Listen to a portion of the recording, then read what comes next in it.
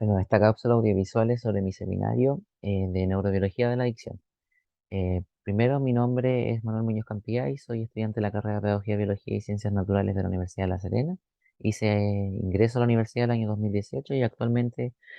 curso la asignatura de Fisiología General y Regulación a cargo del profesor Eduardo Miranda Urbina, con fecha de presentación del día viernes 8 de julio del 2022. Bueno, primero que nada, durante esta presentación vamos a tomar distintos puntos, los cuales preparé una pequeña introducción para luego conocer un poco de conceptos básicos que es clave para integrarnos un poco en este tema, para luego conocer la teoría de la adicción, donde aquí yo formulé dos preguntas, las cuales me ayudaron a guiarme en cómo guiar mi investigación para realizar este seminario, para luego conocer un poco los efectos de las drogas de abuso y cómo estas drogas afectan en la corteza prefrontal y así luego conocer el sistema de motivación y recompensa para luego culminar hablando un poco de la vulnerabilidad y la prevención de consumo de drogas. Bueno, primero que nada, para comenzar, debemos tener claro cuál es el significado de la palabra o del concepto adicción. Y según la RAE, disculpa, según la OMS, es una enfermedad física y psicoemocional que crea una dependencia o necesidad hacia una sustancia, actividad o relación. Se caracteriza con un conjunto de signos y síntomas en los cuales se involucran factores psicológicos, genéticos, biológicos y sociales. Y hay que tener en claro que, a modo de introducción, durante las últimas décadas, el avance sobre los conceptos y bases sobre la neurobiología de la adicción ha avanzado demasiado, ya que hace mucho antes, o sea, antes de la época de los noventas, se pensaba que la adicción era solamente un tema de vicio. Y durante los avances de la ciencia hoy en día, se ha podido contemplar como un trastorno psicoorgánico crónico el tema de la adicción. Y primero que nada, ¿qué es lo que hace que una persona sea adicta? Bueno, una persona adicta se va focalizando progresivamente a la obtención y el consumo de droga y a recuperar posteriormente a la ingesta nuevamente los efectos que ésta produce. Es decir, al mismo tiempo va formando un desinterés por sus actividades, experiencias o placeres antes que habían formado parte de su vida normal, ya que la adicción le cambia por completo su perspectiva de vida, por así decirlo, ya que todo se rige solamente por el consumo y volver a consumir lo que lo hace un adicto. Bueno, una de las preguntas que yo me formulé para poder realizar en base a la información que leí, es que cómo una persona, eh, qué cambios se le producen a una persona en el cerebro eh, para, para poder tener la pérdida del control sobre su conducta y de consumo, incluso cuando se experimentan las consecuencias dañinas de la droga. Es decir, la pregunta que me formulé es que cómo una persona, qué se produce en el cerebro de una persona adicta, sabiendo que al perder el control de esta situación y sabiendo que esta situación es dañina para su salud, vuelve a repetirla consecutivamente. Bueno, primero que nada hay que tener en claro el concepto de adicción, que ya lo conocimos, ya hablé sobre esto, pero hay que tener tres conceptos básicos claros de la adicción. Uno de ellos es la tolerancia, que la tolerancia se entiende como un mecanismo de adaptación del cuerpo a la sustancia, y esto implica que el consumidor necesite progresivamente dosis más altas para obtener el efecto de placer que le produce la droga. Me puse la imagen aquí, vemos una persona fumándose un cigarrillo de marihuana, que cada vez el cigarrillo va siendo más grande para aumentar la dosis y así superar la tolerancia que esta persona genera al ser un consumidor habitual de marihuana. Y luego está la dependencia, y la dependencia hace referencia al estado de adaptación, es decir, cambios neurofisiológicos de las células, de nuestro organismo, los circuitos, sistemas, órganos, que se producen en consecuencia de la estimulación excesiva de la sustancia o medicamento, por así decirlo. Y el otro concepto básico en la adicción es la abstinencia, que la abstinencia es un síndrome, es un cuadro que por así decirlo, un cuadro clínico que el individuo manifiesta de forma física y psicológica el querer volver a consumir y en recaer en el consumo de drogas. Bueno, aquí está el proceso de dependencia de la droga, donde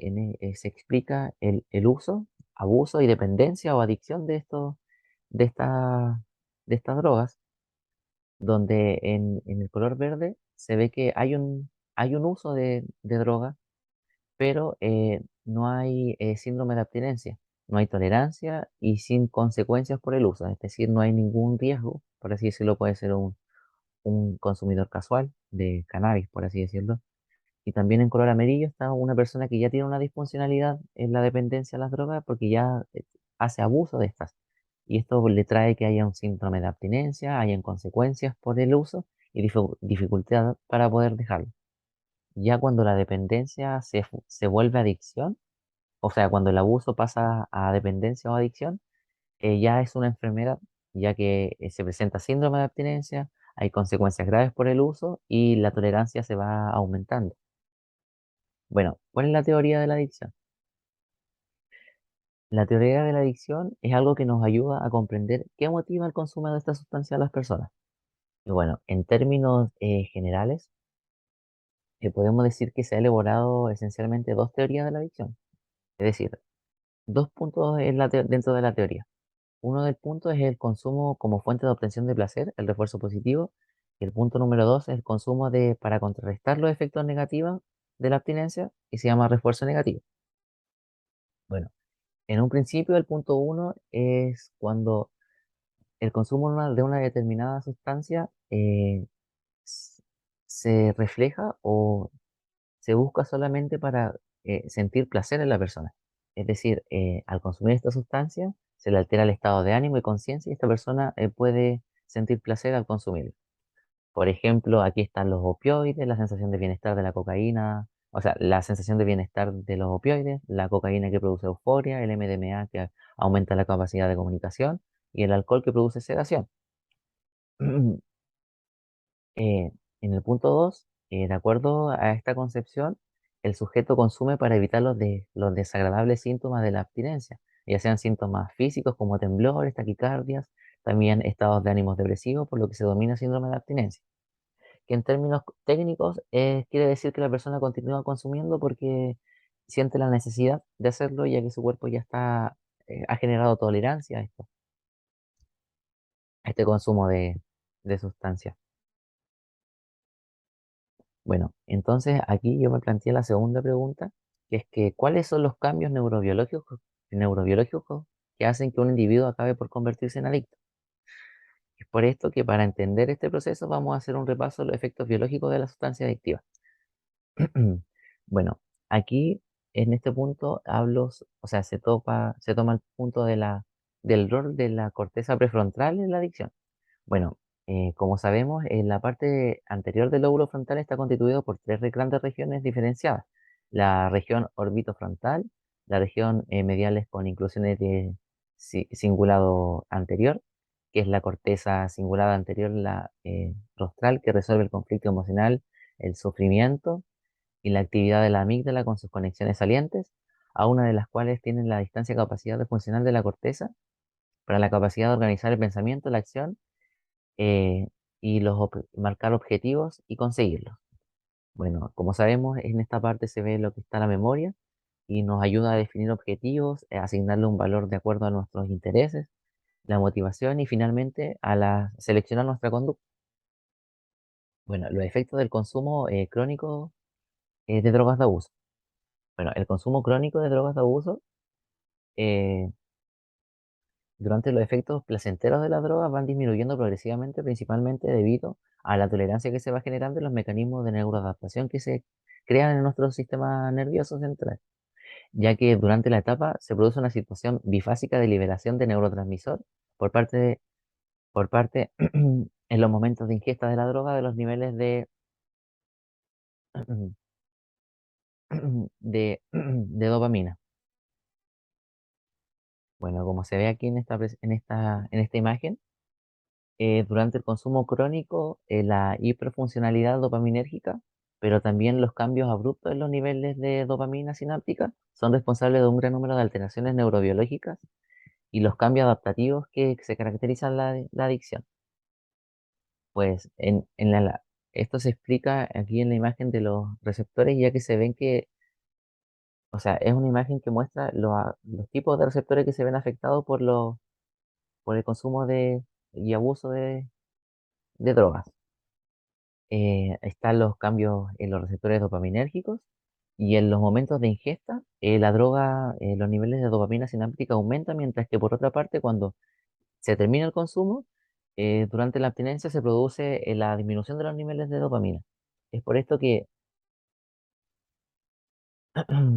es que los efectos de la, de las drogas, o sea, el abuso de drogas, nos van generando problemas a nivel de receptores dopaminérgicos. Bueno, primero que nada tenemos que tener en claro que hay distintos tipos de drogas. Están las drogas legales y las drogas ilegales. Bueno, los tipos de drogas se ven, en lo que rige esto es la Organización Mundial de la Salud, ya que se define como droga cualquier sustancia natural o sintética que al ser introducida en nuestro organismo es capaz de producir efectos en el sistema nervioso central, relacionados con la modificación del funcionamiento, así como los cambios en la actividad psíquica o emocional de cualquier ser humano. Pero bueno, están las drogas legales, que son las drogas que pueden ser prescritas por un médico, que son legalmente disponibles en farmacias, cuya, comer- mo- comercialización está permitida. Y también están las ilegales, como es el tema del cannabis, las drogas estimulantes, la cocaína, la metanfetamina, anfetamina y alucinógenos como el LSD. También está la fenciclidina o los opioides y ketamina. Bueno, aquí está uno de los tres tipos de drogas que voy a hablar son las drogas alucinógenas. Estas drogas, o sea, se llama droga alucinógena a cierto tipo de droga que en dosis no tóxicas causan alteraciones profundas en la percepción de la realidad del consumidor. Es decir, bajo la influencia de esta droga, las personas ven imágenes, escuchan cosas, experimentan sensaciones muy distintas a las propias cuando uno está en un estado normal de vigilia. Bueno, el LSD es una de las sustancias químicas más poderosas que alteran la percepción. Por ser, como podemos ver aquí, hay una imagen de la actividad neuronal de una persona sin consumir LSD, o sea, o sea, anterior a consumir LSD y luego posterior a consumir. Y podemos ver que en la parte inferior se refleja que tras el consumo del LSD la actividad cerebral y neuronal ha aumentado, ya que esta es una droga que altera o sea, una droga química más poderosa que altera la percepción, por ende genera mucha, eh, disculpe, genera mucho eh, conexiones neuronales. Hay otra droga que son las psicobilinas, el peyote, que tiene la mescalina, que la mescalina puede ser también sintética o encontrada en algunos tipos de cactus, la psicobilina en algunos tipos de hongos, el DMT, que es una droga sintética, y el 250-NBO-ME, que es una droga sintética que es una mezcla, o sea, da la sensación da una percepción de sensación de una mezcla entre MDMA y LSD. Bueno, las drogas estimulantes en este grupo están la cocaína, la anfetamina, el éxtasis, los cuales, para que una droga sea designada o como estimulante, tiene que afectar el sistema nervioso central, al igual que las otras, pero estas aceleran el funcionamiento habitual del cerebro, es decir, provocan la activación que puede desde generar una dificultad para dormir tras un consumo de café o hasta un estado de hiperactividad tras consumo de cocaína o anfetamina. En este grupo, como dije, destacan los estimulantes mayores que son la anfetamina y cocaína y los menores que son la nicotina y la xantina que están presentes en el cigarro y en la cafeína. También están las drogas depresoras. Bueno, las drogas depresoras son sustancias que tienen en común, eh, o sea, son sustancias que en lo común entorpecen el funcionamiento habitual del cerebro, es decir, provocan reacciones que pueden ir desde la desinhibición hasta un coma y en un proceso progresivo el adormecimiento cerebral. La actividad de las drogas depresoras se ve reflejada en la actividad del ácido gamma, gaminobutírico, con las siglas GABA, que es una sustancia química que inhibe la actividad cerebral, entonces por esto produce efectos calmantes, somnolencia, que hace tratar la ansiedad y los trastornos, o sea, sirve para tratar la ansiedad y los trastornos del sueño. Un ejemplo de estas drogas depresoras pueden ser los benzodiazepinas, hipnóticos sedantes no benzodiazepínicos y los barbitúricos. Bueno, para explicar un poco el punto del mecanismo cerebral y los sistemas de motivación recompensa, eh, aquí yo tomé una investigación de James Hall y Peter Miller del año 1954, en el cual veían la actividad en ratas, lo cual a las ratas se le ponía un electrodo en la cabeza y era estimulada a través de una rendija donde cada vez que la rata se acercaba y hacía presión en la rendija, en la palanca, por así decirlo, le llegaba un choque un choque eléctrico en la cabeza, lo que, lo que hacía que la rata se estimulara y podía hacerlo entre más de 2000 veces al día. Entonces, este fenómeno se debe a que estos investigadores dijeron que sentir placer era llevado a cabo por conducta. Entonces, estos investigadores tomaron este ratón, lo implantaron un electrodo, como mencioné, para estimular las zonas cerebrales, que ahora conocemos como sistema de motivación y recompensa o de reforzamiento, donde la rata se atrevía a transitar por zonas cargadas o sea, rejas, como se nota abajo, con electricidad solamente para sentir la sensación de placer que sentía al tener la carga eléctrica en la cabeza. Entonces, en conclusión, esto va en base a las observaciones que hicieron Hall y Minder, llegaron a la conclusión revolucionaria para la época, es que la conducta estaba impulsada por el placer. Y bueno, ahora que sabemos que la sensación placentera que experimentan lleva a cabo a conductas como comer, beber, reproducirnos, está regulada por diversos sistemas. El más estudiado de Holman y Milner era el sistema de motivación y recompensa, que estaba constituido por neuronas dopaminérgicas, que éstas funcionaban en el área del ventral tegmental y eh, estaba atribuido a la síntesis, o sea, no, a los receptores de dopamina, que eran los receptores dopaminérgicos de uno y de 2 como había mencionado anteriormente. Ya, igual cabe señalar que las únicas vías dopaminérgicas en el cerebro son las del área ventral tegmental, como se observa en la imagen A, y las principales vías dopaminérgicas, como se muestra en el dibujo de corte sagital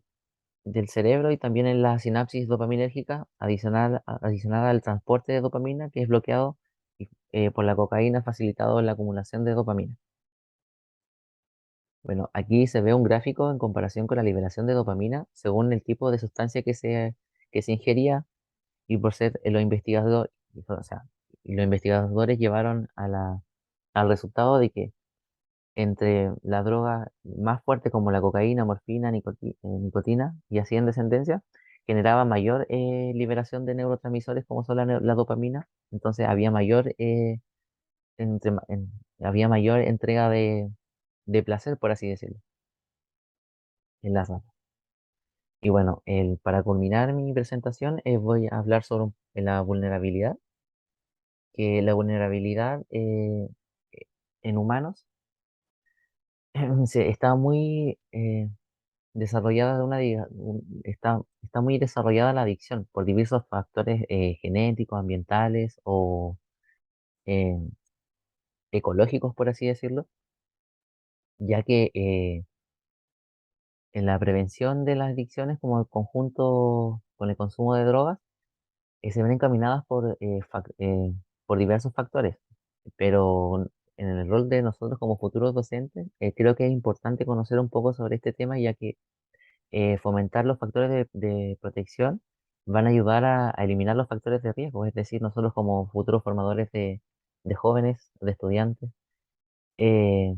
Debemos tener en cuenta que se deben desarrollar programas de prevención de drogadependencia y esto de otros entornos adictivos en distintos ámbitos, es decir, puede ser en el ambiente educativo, familiar, comunitario, de ocio, tiempo libre. Y es por eso que, disculpa, es por eso que es súper importante tener en cuenta y conocer estos temas, ya que nosotros como futuros profesores vamos a enfrentarnos a estas situaciones y quizá podamos guiar a niños que puedan estar sufriendo temas de vulnerabilidad, ya puede ser que en el hogar haya consumo de drogas o por factores ambientales, etcétera. Entonces nosotros debemos estar preparados para esto y esto sería todo mi seminario.